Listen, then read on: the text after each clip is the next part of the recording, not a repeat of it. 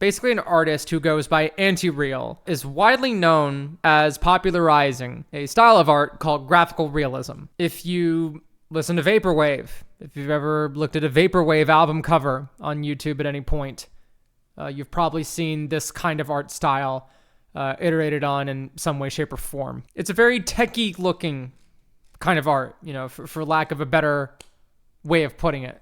Somebody at Bungie lifted some emblems that she worked on, Anti-Real, the artist, without crediting her.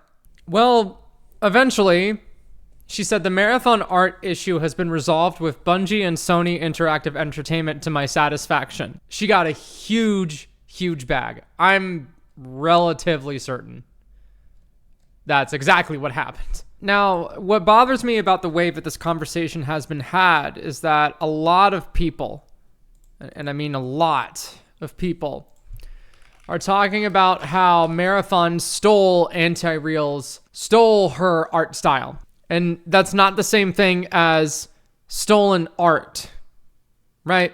The thing about this Marathon situation is that it's not just a few assets and posters copy-pasted.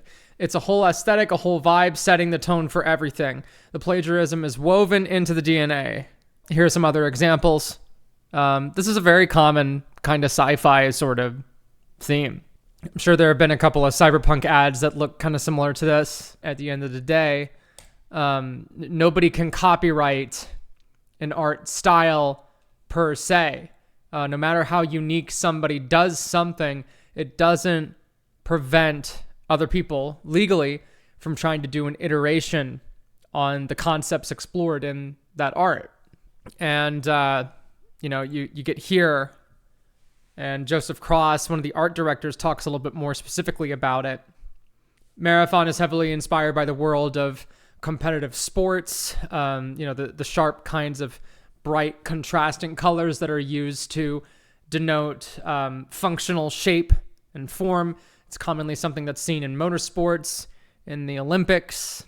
Joseph Cross has his own blog, of course, where you can actually look and you can see that the man has been working on iterations, in this world of art as far back as over a decade ago.